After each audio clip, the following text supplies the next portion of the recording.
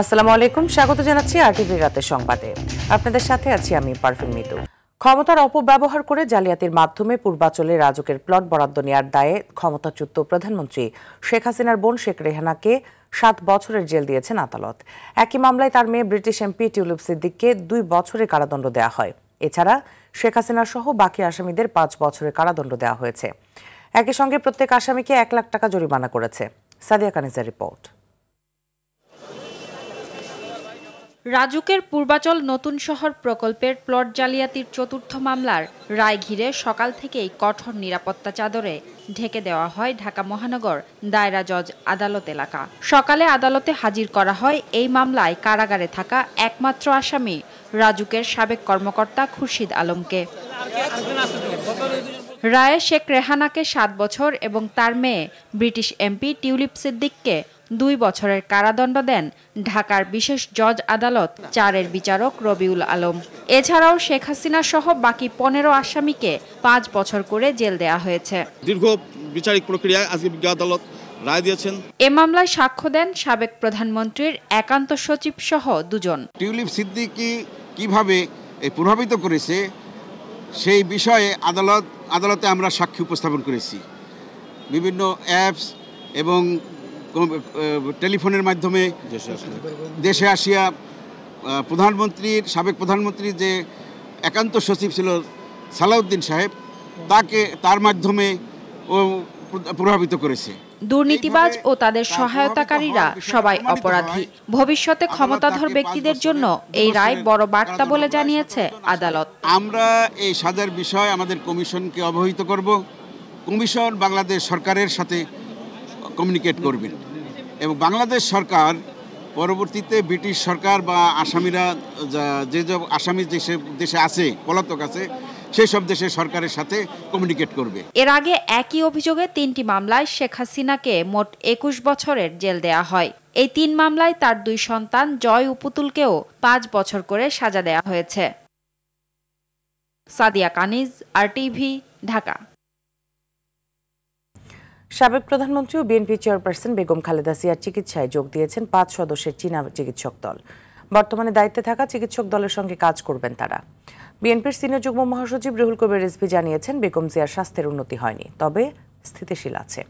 সিসিইউতে তার চিকিৎসা চলছে জানিয়ে কারো বক্তব্যে বিভ্রান্ত না হওয়ার আহ্বানও জানান রিজভী। শামীম চৌধুরীর রিপোর্টে বিস্তারিত। বেশ কিছুদিন ধরেই হাসপাতালে চিকিৎসাধীন বিএনপি চেয়ারপারসন বেগম খালেদা জিয়া। প্রতিদিনের মতোই তার স্বাস্থ্যের খোঁজ নিতে এভার কেয়ার হাসপাতালে যান বিএনপি নেতারা। বলবার মতো কোনো কন্ডিশনে এখনো উনি আসেন নাই। সারা জাতির কাছে দোয়া চাই, ম্যাডাম যেন আমাদের মাঝে ফিরে আসতে পারেন। She is not in very good condition, যার জন্য ক্রিটিক্যাল কেয়ার ইউনিটে আছেন এবং আমরা সারা দেশে দোয়া করছি, দল মত নির্বিশেষে দেশবাসী ম্যাডাম যেন সুস্থ হয়ে আমাদের মধ্যে ফিরে আসেন। পরিস্থিতি বিবেচনায় তার চিকিৎসা কাজে যোগ দিতে ঢাকায় এসেছেন 5 সদস্যের চীনা চিকিৎসক দল। দলের মহাসচিব মির্জা ফখরুল আগেই জানিয়েছিলেন, বিদেশে নেয়ার মতো বেগম খালেদা জিয়ার শারীরিক অবস্থা নেই। তার এখন যে শারীরিক অবস্থা, সেই অবস্থায় তাকে বিদেশে নেওয়ার মতো কোনো শারীরিক অবস্থা নেই। শারীরিক অবস্থা আল্লাহর অশেষ রহমতে যদি স্টেবল হয় তখন চিন্তা করে দেখা হবে। রাজধানীর মোহাম্মদপুরে বিএনপি চেয়ারপারসনের সুস্থতা কামনায় দোয়া অনুষ্ঠানে দলের সিনিয়র যুগ্ম মহাসচিব রুহুল কবির রিজভী বলেন, বেগম খালেদা জিয়া গুরুতর অসুস্থ, তবে সিসিইউতেই তার চিকিৎসা চলছে। তিনি সিসিইউতে আছেন। পূর্বে যে চিকিৎসাটা ওনার করে আসা হয়েছে গতকাল পরশু, সে চিকিৎসা আজও চলছে তার জন্য। এর বাইরে এটাই সর্বশেষ আপডেট। আর অন্য যে যাই বলুক, এটা কেউ যেন বিভ্রান্ত না হয়। ব্যক্তিগত চিকিৎসক ডাক্তার এজেডএম জাহিদ হোসেন ছাড়া অন্য কারো বক্তব্য দিয়ে বেগম খালেদা জিয়ার শারীরিক অবস্থার তথ্য না জানাতে খুদে বার্তায় গণমাধ্যমের প্রতি আহ্বান জানিয়েছে BNP media cell. Shamim Chowdhury, RTV, Dhaka. Begum Khaleda জিয়ার শারীরিক অবস্থার সর্বশেষ অবস্থা জানাতে রাজধানীর এভার কেয়ার হাসপাতাল থেকে সরাসরি যুক্ত হচ্ছেন সর্দার রাজীব। রাজীব, বেগম খালেদা জিয়ার শারীরিক অবস্থা নিয়ে নতুন কোনো তথ্য আছে কিনা জানাবেন। হ্যাঁ মিতু, আমি এই মুহূর্তে রয়েছি এভার কেয়ার হাসপাতালের ঠিক সামনেই। আপনার যদি আমরা একটু সর্বশেষ জানাই যে বেগম খালেদা জিয়ার সর্বশেষ পরিস্থিতি জানার জন্য আমাদেরকে অপেক্ষা করতে হচ্ছে মিডিয়া ব্রিফের জন্য, যেহেতু বিএনপির মিডিয়া সেল থেকে জানানো হয়েছে যে বিএনপির স্থায়ী কমিটির সদস্য এবং বিএনপি চেয়ারপারসন বেগম খালেদা জিয়ার ব্যক্তিগত চিকিৎসক ডাক্তার AZM জাহিদ হোসেনের বক্তব্যের বাইরে কোনো বক্তব্যকে গ্রহণ না করার জন্য। তারপরেও আমরা এখানে অপেক্ষা করছি, অনেকেই আসছেন, অনেকেই কথা বলছেন, অনেকেই দেখে চলে যাচ্ছেন। এর মধ্যে আমরা উল্লেখযোগ্য কয়েকজনের নাম যদি বলি তাহলে ডিএমপি কমিশনার শেখ মোহাম্মদ সাজ্জাদ আলী এসেছিলেন, ডিবি প্রধান শফিকুল ইসলাম এসেছিলেন, এছাড়াও বিএনপি নেত্রী নীলোফা চৌধুরী মনি এসেছিলেন। আমরা দেখেছি যে বিএনপিতে সদ্য যুক্ত হওয়া সদস্য মীর স্নিগ্ধ এসেছিলেন, এছাড়াও অনেকেই এসেছেন। তারা আমাদের সঙ্গে কথা বলেছেন, তারা দোয়া চেয়েছেন এবং বিএনপি চেয়ারপারসন বেগম খালেদা যাতে দ্রুত সুস্থ হয়ে যান সেই দোয়া চেয়েছেন দেশবাসীর কাছে। আমরা একটু বলে রাখি যে বেগম খালেদা জিয়ার চিকিৎসার জন্য এবং তাকে চিকিৎসা সহায়তা করার জন্য বা পরামর্শ দেওয়ার জন্য চীন থেকে 5 সদস্যের একটি প্রতিনিধি দল এসেছেন। তারা ভেতরে রয়েছেন, তারা চিকিৎসা কার্যক্রমের সঙ্গে যুক্ত হয়েছেন। এছাড়াও আমরা যতটুকু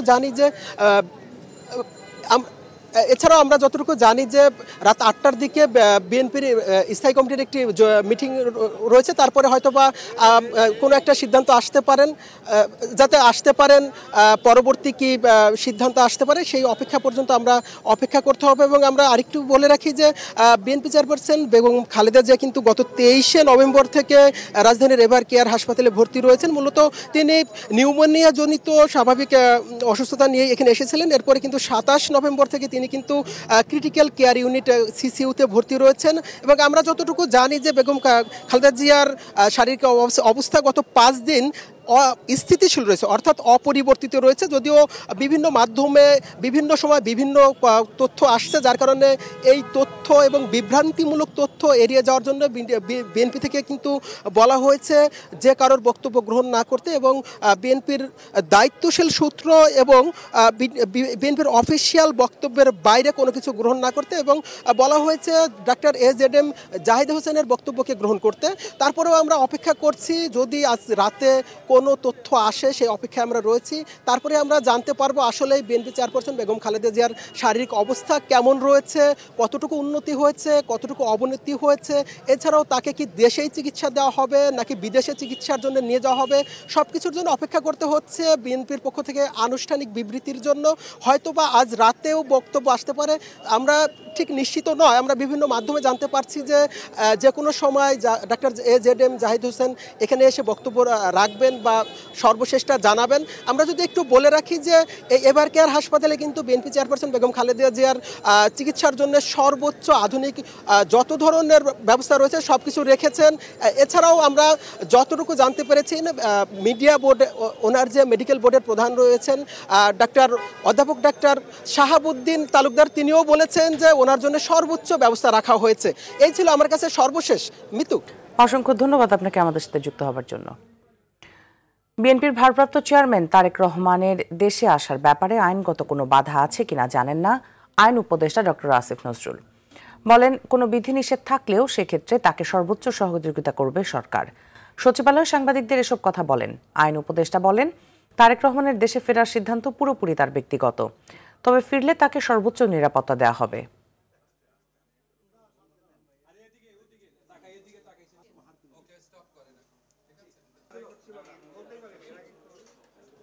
বিএনপির অ্যাক্টিং চেয়ারম্যান জনাব তারেক রহমানের বাংলাদেশে আসার ব্যাপারে কোনো রকম আইনগত বাধা আছে বলে আমার জানা নাই। যদি কোনো বাধা থেকেও থাকে এটা অবশ্যই আমরা জানলে ওনাকে সর্বোচ্চ সহযোগিতা করব।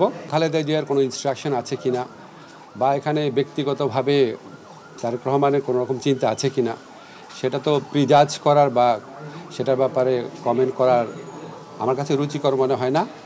আমাদের বুঝতে হবে এটা মা ছেলে সম্পর্ক, সবচেয়ে ভালো ওনারাই বুঝেন কখন আসতে হবে। বিএনপি চেয়ারপারসন ও সাবেক প্রধানমন্ত্রী বেগম খালেদা জিয়ার অসুস্থতায় উদ্বেগ জানিয়েছেন ভারতের প্রধানমন্ত্রী নরেন্দ্র মোদী। একই সঙ্গে প্রয়োজনীয় সম্ভাব্য সকল সহায়তারও আশ্বাস দিয়েছেন তিনি। সোমবার সামাজিক মাধ্যমে এক্সে দেয়া এক বার্তায় তিনি এসব কথা জানান। নরেন্দ্র মোদী বলেন, বেগম খালেদা জিয়ার অসুস্থতার খবর জেনে বেশ উদ্বিগ্ন তিনি। এ সময় বাংলাদেশের জনগণের জন্য বেগম জিয়ার অবদানের কথা স্বীকার করে তার দ্রুত আরোগ্যের জন্য প্রার্থনা করেন মোদী। ক্ষমতায় থাকার জন্য শেখ হাসিনা বিডিআর হত্যাকাণ্ড বাস্তবায়ন করেছেন বলে মন্তব্য করেছেন শহীদ পরিবারের সদস্যরা। তারা বলেন, ভারত রাজনীতিবিদ ও সেনাবাহিনীর কর্মকর্তাদের যোগসাজশে এই হত্যাকাণ্ড ঘটানো হয়। রাজধানীর রাওয়া ক্লাবে বিডিআর তদন্ত কমিশনের রিপোর্ট নিয়ে সংবাদ সম্মেলনে কথা বলেন তিনি। এদিকে বিকেলে এক সংবাদ সম্মেলনে পিলখানা হত্যাকাণ্ডের পুরো তদন্ত প্রতিবেদন 7 কর্মদিবসের মধ্যে প্রকাশের দাবি জানিয়েছেন বিডিআর কল্যাণ পরিষদ। নাজমুল হুদাকে সাথে নিয়ে হাসান মাহমুদের রিপোর্ট। সালটা 2009 ফেব্রুয়ারির 25 ও 26 তারিখ ঢাকার পিলখানায় সীমান্তরক্ষী বাহিনী বিডিআরের সদর দপ্তরে ঘটে নৃশংস হত্যাকাণ্ড। এতে 57 সেনা কর্মকর্তা সহ হত্যাকাণ্ডের শিকার 74 জন। গত 11 মাস ধরে তদন্ত করে প্রতিবেদন তৈরি করে জাতীয় স্বাধীন তদন্ত কমিশন। রোববার প্রধান উপদেষ্টা অধ্যাপক ডক্টর মোহাম্মদ ইউনূসের কাছে এ প্রতিবেদন জমা দেয় কমিশন। কমিশনের প্রতিবেদনে স্বস্তি প্রকাশ করে সংবাদ সম্মেলনে শহীদ পরিবারের সদস্যরা বলেন, ঘটনায় জড়িতদের বিচার না করলে আগামীতে আরেকটি পিলখানা হত্যাকাণ্ড ঘটতে পারে। কমিশন এটা এভিডেন্সও পেয়েছে, ভারতীয় নাগরিকরা যে তখন উপস্থিত ছিলেন এটাও কিন্তু প্রমাণ প্রেস কনফারেন্সে বলেছে। খুব স্বাভাবিকভাবেই আওয়ামী লীগ যেহেতু এর পেছনে ছিল, মূল ষড়যন্ত্রকারী যারা একটা পলিটিক্যাল পার্টি হিসেবে, তো তাদের তরফ থেকে সবসময় এক ধরনের সিকিউরিটি থ্রেট এসছে। 2009 সালে কারা আসল ভিকটিম আর কারা এখানে এই ম্যাসাকারটা করেছে, আপনাদের এটা জাতির সামনে স্পষ্ট করে তুলে ধরতে হবে। অন্যদিকে বাংলাদেশ ক্রাইম রিপোর্টার্স অ্যাসোসিয়েশনে বিডিআর কল্যাণ পরিষদ আয়োজিত সংবাদ সম্মেলনে বক্তারা বলেন, পিলখানায় কোনো বিদ্রোহ হয় নাই, এটা পরিকল্পিত হত্যাকাণ্ড। বিডিআর সদস্যরা ষড়যন্ত্রের শিকার। এটা প্রকাশ হয়েছে ইতিমধ্যে, এটা কোনো প্রকার বিদ্রোহ না, এটা একটা মহাপরিকল্পনা হত্যাকাণ্ড। তদন্ত কমিশনের দাখিলকৃত প্রতিবেদন আগামী 7 কর্মদিবসের মধ্যে পূর্ণাঙ্গভাবে জনসমক্ষে প্রকাশ করতে হবে। এটি একটি ভুল মামলা, এর একটি ভুল সাজা, এবং এর মধ্যে দিয়ে কতগুলো জীবন শেষ হয়ে গেল। এ ঘটনায় যারা প্রকৃত দায়ী তাদের বিরুদ্ধে নতুন করে নিরপেক্ষ বিচারিক প্রক্রিয়া শুরু করারও আহ্বান জানান বক্তারা। যারা এই ঘটনার পরিকল্পনা করেছে। হাসান মাহমুদ, RTV, ঢাকা। দেশে অবাধ ও সুষ্ঠু নির্বাচনের পরিবেশ তৈরি হয়েছে বলে মন্তব্য করেছেন বিএনপির মহাসচিব মির্জা ফখরুল ইসলাম আলমগীর।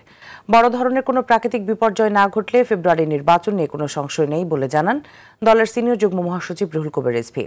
এছাড়া দলের স্থায়ী কমিটির সদস্য সালাউদ্দিন আহমেদ বলেন, মেধাভিত্তিক প্রযুক্তি নির্ভর মানুষদের সঙ্গে নিয়ে আগামী দিনের বাংলাদেশ করতে চায় বিএনপি। রুদ্র রফিকের রিপোর্ট। রাজধানীর গুলশানে বিএনপি চেয়ারপারসনের রাজনৈতিক কার্যালয়ে আনুষ্ঠানিকভাবে বিএনপিতে যোগ দেন আওয়ামী লীগ সরকারের সাবেক অর্থমন্ত্রী শাহ এএসএম কিবরিয়ার ছেলে রেজা কিবরিয়া। তিনি এর আগে গণফোরামের সাধারণ সম্পাদক ও গণ অধিকার পরিষদের আহ্বায়কের দায়িত্ব পালন করেছেন। আমি বিএনপিতে যোগদান এ সময় নতুন বাংলাদেশ বিনির্মাণে বিএনপির ভারপ্রাপ্ত চেয়ারম্যান তারেক রহমানকে সহযোগিতা করার প্রত্যয় ব্যক্ত করেন রেজা কিবরিয়া। শহীদ প্রেসিডেন্ট জিয়াউর রহমান আমার আদর্শ। বিএনপি মহাসচিব মির্জা ফখরুল ইসলাম আলমগীর বলেন, ফেব্রুয়ারি নির্বাচনের মধ্য দিয়ে জনগণের গণতান্ত্রিক সরকার প্রতিষ্ঠা হবে। অনেক আত্মত্যাগ এর মধ্য দিয়ে কিন্তু আমরা একটা সুযোগ পেয়েছি এই গণ অভ্যুত্থানের পরে, ছাত্র গণ অভ্যুত্থানের পরে একটা নতুনভাবে বাংলাদেশকে নির্মাণ করবার। এখন আমি মনে করি যে দেশে একটা পরিবেশ তৈরি হয়েছে একটা অবাধ সুষ্ঠু নির্বাচন অনুষ্ঠানে। বেগম খালেদা জিয়া দেশি বিদেশি চিকিৎসকদের তত্ত্বাবধানে রয়েছেন বলেও জানান বিএনপি মহাসচিব। দেশি বিদেশি সমস্ত চিকিৎসকদেরকে যুক্ত রেখেই তারা চিকিৎসাটা করছেন। আল্লাহ তাআলার কাছে আমরা সবসময় কোনো দেশবাসী এই দোয়া করছি যে আল্লাহ তাআলা তাকে যেন সুস্থ করে দেন, তিনি অসুস্থ হয়ে আমাদের মাঝে আসেন। গণতান্ত্রিক ধারা অব্যাহত রাখতে এ ধরনের যোগদান প্রক্রিয়া অব্যাহত থাকবে বলে জানান দলটির স্থায়ী কমিটির সদস্য সালাউদ্দিন আহমদ।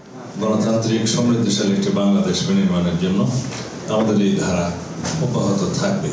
অন্যদিকে আগারগাঁওয়ের ন্যাশনাল আর্কাইভ অডিটোরিয়ামে এক অনুষ্ঠানে দলের সিনিয়র যুগ্ম মহাসচিব রুহুল কবির রিজভী নির্বাচন নিয়ে সরকার ও কমিশনের প্রস্তুতিতে সন্তোষ প্রকাশ করেন। আমি মনে করি না যে আর কোনো সংশয় আছে যদি একটা মহাজাগতিক কোনো কিছু না ঘটে, একটা বিশাল বিপর্যয় যদি কিছু না ঘটে, প্রাকৃতিক বিপর্যয় যদি কিছু না ঘটে। রুদ্র রফিক, RTV, ঢাকা। বিএনপির ভারপ্রাপ্ত চেয়ারম্যান তারেক রহমান এখনো ভোটার হননি বলে জানিয়েছেন নির্বাচন কমিশনের সিনিয়র সচিব আক্তার আহমেদ। বলেন, কমিশন চাইলে বিশেষ সিদ্ধান্তে যে কোনো সময় ভোটার হতে পারবেন তিনি। রাজধানীর আগারগাঁয়ে নির্বাচন ভবনে মন্তব্য করেন ইসির সচিব। এ সময় তিনি বলেন, গত 31 অক্টোবর পর্যন্ত তালিকায় অন্তর্ভুক্ত ভোটাররাই ভোট দিতে পারবেন আগামী নির্বাচনে। এছাড়া প্রবাসী ভোটারদের জন্য নিবন্ধন প্রক্রিয়া 25 ডিসেম্বর পর্যন্ত বাড়ানো হয়েছে বলেও জানান ইসি সচিব।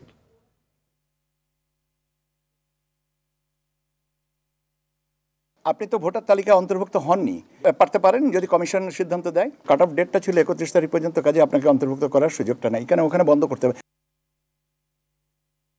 ক্ষমতায় না গিয়ে দাপট দেখাচ্ছে একটি দল, প্রশাসনিক কু করে ষড়যন্ত্র করছে, এমন মন্তব্য করেছেন জামায়াতে ইসলামের আমির ডাক্তার শফিকুর রহমান। খুলনার শিববাড়ি মোড়ে 8 দলের বিভাগীয় সমাবেশে তিনি কথা বলেন। এ সময় তিনি আরও বলেন, জিয়াউর রহমান ও খালেদা জিয়া 72-এর সংবিধানের বিপক্ষে ছিলেন, কিন্তু তাদের অনুসারীরা তা রক্ষা করতে চান। সভায় আরও উপস্থিত ছিলেন ইসলামী আন্দোলনের আমির মুফতি সৈয়দ মোহাম্মদ রেজাউল করিম এবং খেলাফত মজলিসের আমির মামুনুল হক সহ আরও অনেকে।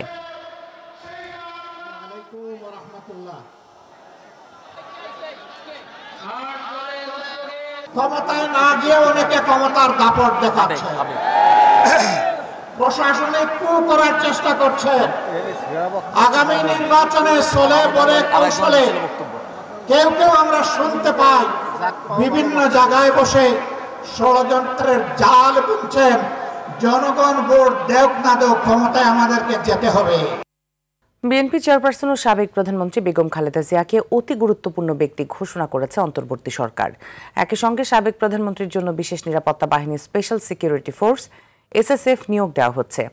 সোমবার প্রধান উপদেষ্টার কার্যালয় থেকে এ সংক্রান্ত প্রজ্ঞাপন জারি করা হয়। রাষ্ট্রপতির আদেশক্রমে প্রধান উপদেষ্টার কার্যালয়ের মহাপরিচালক প্রশাসন মোহাম্মদ আব্দুল ওয়াদুদ চৌধুরী প্রজ্ঞাপনে স্বাক্ষর করেছেন।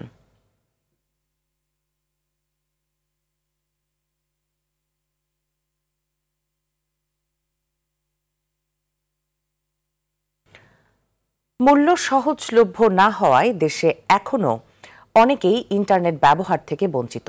বিষয়টি মাথায় রেখে সবার জন্য ইন্টারনেট সেবা নিশ্চিতের উদ্যোগ নিয়েছে বিএনপি। দলটির তথ্য ও প্রযুক্তি অফিস দেশব্যাপী চালু করেছে free public wifi zone project. এই প্রকল্পের আওতায় প্রতিটি এলাকায় তৈরি করা হবে ফ্রি ওয়াইফাই জোন। আরও জানাচ্ছেন শামীম চৌধুরী। বর্তমান সময়ে ইন্টারনেট ছাড়া একটি দিনও পার করা প্রায় অসম্ভব। 5 আগস্টের আগে ইন্টারনেট বন্ধ করে দেয়ায় দেশের সব সেক্টর ক্ষতির সম্মুখীন হওয়ার পাশাপাশি ব্যাহত হয় মানুষের দৈনন্দিন জীবনযাত্রাও। দেশের প্রতিটি নাগরিকের জন্য নিরাপদ, সুলভ ও স্বাধীন ইন্টারনেট নিশ্চিত করতে দেশব্যাপী free public wifi zone project চালু করতে যাচ্ছে বিএনপির তথ্য ও প্রযুক্তি অফিস। কিউআর কোড স্ক্যান করে পরবর্তী 1 ঘন্টার জন্য সেবাটি গ্রহণ করা যাবে। এই প্রক্রিয়ায় একজন যতবার চাইবেন ব্যবহার করতে পারবেন বিনামূল্যে ইন্টারনেট। প্রতিটি নির্বাচনী আসনে অন্তত 20টি এলাকায় এ সুবিধা পৌঁছানো সহজ হবে বলে মনে করছে বিএনপির তথ্য প্রযুক্তি অফিস। তাদের এমন উদ্যোগকে সাধুবাদ জানিয়েছেন অনেকে। আমি গ্রামের বাড়িতে বেড়াতে যাই বা আমি যখন ফ্যামিলি নিয়ে কোথাও ঘুরতে যাই, ওই সময়টাতে দেখা যায় যে হচ্ছে ইন্টারনেট আমার ক্ষেত্রে যেটা হয় যে অনেক সময় ডিফিকাল্টি ফেস করতে হয়। বিএনপির তথ্য প্রযুক্তি অফিস বাংলাদেশের প্রত্যন্ত অঞ্চলে ইন্টারনেট ছড়িয়ে দেওয়ার যে ব্যাপারটা উদ্যোগটা গ্রহণ করেছে, আমি মনে করি এটা খুবই প্রশংসার দাবিদার। বিএনপির তথ্য প্রযুক্তি অফিস বিনামূল্যে প্রত্যন্ত অঞ্চলে যে তথ্যের একটা বিচ্ছুরণ ঘটাতে যাচ্ছে, যেটাকে আমি তথ্যের গণতন্ত্রায়ন বলতে পারি, সেই তথ্যের গণতন্ত্রায়নের অগ্রযাত্রায় বিএনপি একটা ধাপ এগিয়ে নিচ্ছে। ইতোমধ্যে পাইলট প্রকল্প হিসেবে নিজ নির্বাচনী আসন ঠাকুরগাঁওয়ে প্রকল্পটি উদ্বোধন করেছেন দলের মহাসচিব মির্জা ফখরুল ইসলাম আলমগীর। উদ্বোধনের পরই মানুষের মাঝে ব্যাপক সাড়া ফেলেছে প্রকল্পটি। অনেক মানুষ আছে যারা সবাই ওয়াইফাই ফ্রি চালাইতে পারে, এতে অনেক টাকা সাশ্রয়ী হয়েছি। আমরা বিভিন্ন শিক্ষণীয় বিষয় আমরা শেখার চেষ্টা করছি ফ্রি ওয়াইফাই কাজে লাগিয়ে, এবং যাতে কেউ এটার খারাপ ব্যবহার করতে না পারে সেদিকে আমরা মাঠে লক্ষ্য রাখি। মাত্র 30 দিনে 5টি লোকেশনে 19,000 বার ফ্রি ইন্টারনেট সেবা ব্যবহার করেছে মানুষ, যা প্রায় 14,000 ঘন্টারও বেশি। ইন্টারনেট এখন শুধু যোগাযোগের মাধ্যম নয়, বরং এটি মানুষের অধিকার। তথ্যভিত্তিক প্রযুক্তি নির্ভর আগামীর বাংলাদেশ গড়তে বিএনপির free public wifi zone project সময়োপযোগী, শক্তিশালী এবং বাস্তবমুখী উদ্যোগ হয়ে উঠবে বলে মনে করছেন বিশেষজ্ঞরা, যা উপকারে আসবে কোটি মানুষের। শামীম চৌধুরী, RTV, ঢাকা। মিরপুরে আহত জুলাই যোদ্ধাদের জন্য 1560টি ফ্ল্যাট নির্মাণ করা হচ্ছে বলে জানিয়েছেন পরিকল্পনা উপদেষ্টা ডক্টর ওয়াহিদ উদ্দিন মাহমুদ। জাতীয় অর্থনৈতিক পরিষদের নির্বাহী কমিটি একনেক সভায় এই প্রকল্প পাশ করা হয়। সভায় মোট 17টি প্রকল্প পাশ হয়েছে বলেও জানান উপদেষ্টা। জুলাই যোদ্ধা পরিবারের স্থায়ী বাসস্থান প্রদানের নিমিত্ত 1560টি আবাসিক ফ্ল্যাট নির্মাণ 2005 জুলাই থেকে শুরু হবে, জুন 2029। পরেরটা হলো বৈষম্য বিরোধী ছাত্র আন্দোলন 24-এ শহীদ পরিবারের স্থায়ী বাসস্থান প্রদানের নিমিত্ত জাতীয় গৃহায়ন কর্তৃপক্ষের নিজস্ব জমিতে 36 জুলাই নামের আবাসিক ফ্ল্যাট নির্মাণ, এটা জানুয়ারি 2026 থেকে 2029-এ। পুরান ঢাকাবাসীকে নিয়ে বিরূপ মন্তব্য করার বিষয়ে দুঃখ প্রকাশ করেছেন রাজধানী উন্নয়ন কর্তৃপক্ষ রাজুকের চেয়ারম্যান ইঞ্জিনিয়ার মোহাম্মদ রিয়াজুল ইসলাম। দুপুরে রাজুক ভবনে ঢাকা মহানগরী সমিতির সঙ্গে মতবিনিময় সভায় তিনি দুঃখ প্রকাশ করেন। বিষয়টি নিয়ে তিনি নিজেও মর্মাহত বলে উল্লেখ করেন। দুঃখ প্রকাশ ও ক্ষমা চাওয়ার মাধ্যমে ভুল বোঝাবুঝির অবসান হবে বলে আশা করেন তিনি। পুরান ঢাকার কল্যাণে সবাইকে নিয়ে কাজ করার প্রত্যয় জানান রাজুক চেয়ারম্যান। গত 21 নভেম্বর ভূমিকম্পে 3 জন নিহতের ঘটনায় তার একটি মন্তব্যে ক্ষুব্ধ হন পুরান ঢাকার বাসিন্দারা।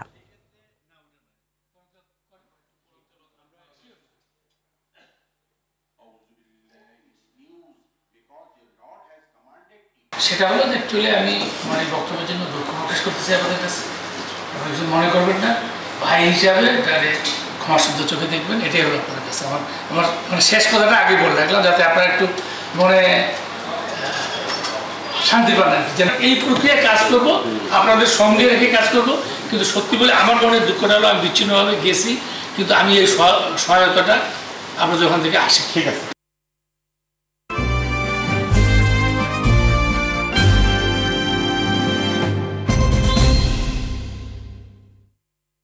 ন্যাশনাল লাইফ ইন্স্যুরেন্স আন্তর্জাতিক সংবাদ। ভয়াবহ দুর্যোগের কবলে এশিয়া। ঘূর্ণিঝড়, ভারী বর্ষণ, বন্যার ভূমিধসের আঘাতে অঞ্চলটির 4 দেশ ইন্দোনেশিয়া, থাইল্যান্ড, মালয়েশিয়া এবং শ্রীলঙ্কায় এ পর্যন্ত নিহত হয়েছে 1000-এরও বেশি মানুষ। এখনও নিখোঁজ আছেন অনেকে। এছাড়া আহত হয়েছে বহু সংখ্যক মানুষ। ঘরবাড়ি ছেড়ে নিরাপদ আশ্রয়ে ছুটতে বাধ্য হয়েছেন হাজারো মানুষ। সংবাদ মাধ্যম CNN বলছে, গত 1 সপ্তাহ থেকে 10 দিনের মধ্যে ঝড় ও ভারী বর্ষণের জেরে সৃষ্ট বন্যা, ভূমিধসে ইন্দোনেশিয়ার অন্তত 593 জন, শ্রীলঙ্কায় 335 জন, থাইল্যান্ডে 176 জন এবং মালয়েশিয়ায় নিহত হয়েছে অন্তত 3 জন।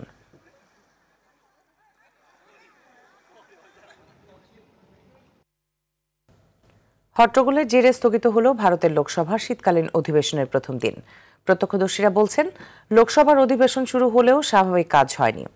দফায় দফায় সভা বসলেও বিরোধী পক্ষের স্লোগান ও সরকার পক্ষের অনমনীয় মনোভাবের কারণে অধিবেশন মুলতবি করা হয়।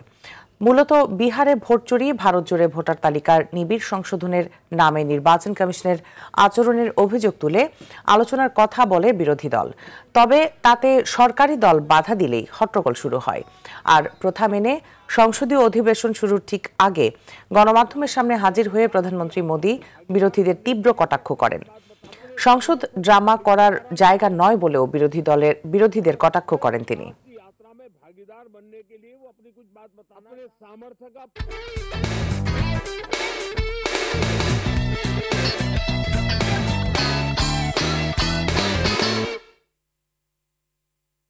খেলার খবরে ক্রিকেট প্রসঙ্গ। সিরিজ নির্ধারণী তৃতীয় শেষ টি-20তে কাল আয়ারল্যান্ডের বিপক্ষে মাঠে নামবে বাংলাদেশ। সাগরিকায় ম্যাচটি শুরু হবে দুপুর 2টায়। আগামী বছর টি-20 বিশ্বকাপের আগে এটি টাইগারদের শেষ আন্তর্জাতিক ম্যাচ। তাই সিরিজ জিততেই আত্মবিশ্বাস বাড়াতে চায় বাংলাদেশ। এদিকে শেষ ম্যাচের একাদশে আসতে পারে পরিবর্তন, আরও জানাচ্ছেন মুমসাদ্দিন নুরি। আগামী বছরের ফেব্রুয়ারিতে ভারতে অনুষ্ঠিত হবে টি-20 বিশ্বকাপের 10ম আসর। তার আগে নিজেদের শেষ আন্তর্জাতিক ম্যাচ খেলতে নামছে বাংলাদেশ। এরপর বিপিএল ছাড়া ক্রিকেটারদের প্রস্তুতির সুযোগ সে অর্থে নেই। তাই ইতিবাচক পারফরমেন্সেই বছর শেষ করতে চায় দল, বলছিলেন pace bowling coach Shaun Tait. আমার মনে হয় আমাদের ভাবনাকে অযথা জটিল করার দরকার নেই। শুধু ভালো ক্রিকেট খেলতে হবে এবং ম্যাচ জিততে হবে। আন্তর্জাতিক ম্যাচে প্রতিটি জয় আত্মবিশ্বাস বাড়ায়। আয়ারল্যান্ডের বিপক্ষে প্রথম ম্যাচ হারের পর দ্বিতীয় টি-20তে ঘরের মাঠে রেকর্ড রান তাড়ায় জয় পায় লিটন দাসের দল। সিরিজ জিততে তাই শেষ ম্যাচ এখন বাঁচা মরার লড়াই। আমরা যে কাজটি করতে পারি তা হলো গত ম্যাচে জয়ের বিশ্বাসকে এই ম্যাচেও বয়ে নেওয়া এবং ভালো খেলা। আশা করি আমরা জিতব। এদিকে প্রথম 2 ম্যাচের স্কোয়াডে না থাকা শামীম হোসেন পাটোয়ারিকে দেখা যেতে পারে এই ম্যাচের একাদশে। সেক্ষেত্রে কপাল পুড়তে পারে উইকেট রক্ষক কাম ব্যাটার নুরুল হাসান সোহানের। এদিকে প্রথম 2 ম্যাচে খেলোয়াড়দের পারফরম্যান্সে সন্তুষ্ট আইরিশ কোচ হেনরিক মালান। তৃতীয় ম্যাচেও তাই একই ধরনের পারফরম্যান্সের প্রত্যাশা তার।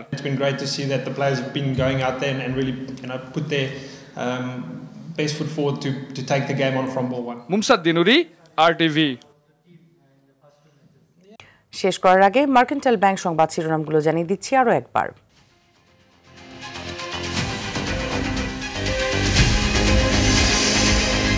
পূর্বাঞ্চলে প্লট জালিয়াতি, শেখ রেহানা 7 বছরের জেল, টিউলিপের 2-5 বছর করে কারাদণ্ড হাসিনা সহ 15 আসামির। খালেদা জিয়ার শারীরিক অবস্থা স্থিতিশীল, বিভ্রান্ত না হওয়ার আহ্বান রিজভির, চিকিৎসায় 5 সদস্যের চীনা মেডিকেল টিম।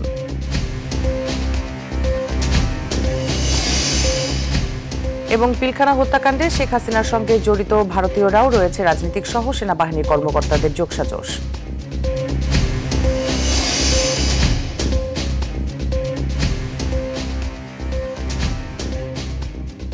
রাতের সংবাদ এ পর্যন্তই। মধ্যরাতের সংবাদ 1টায় দেখার আমন্ত্রণ রইল। ধন্যবাদ সবাইকে।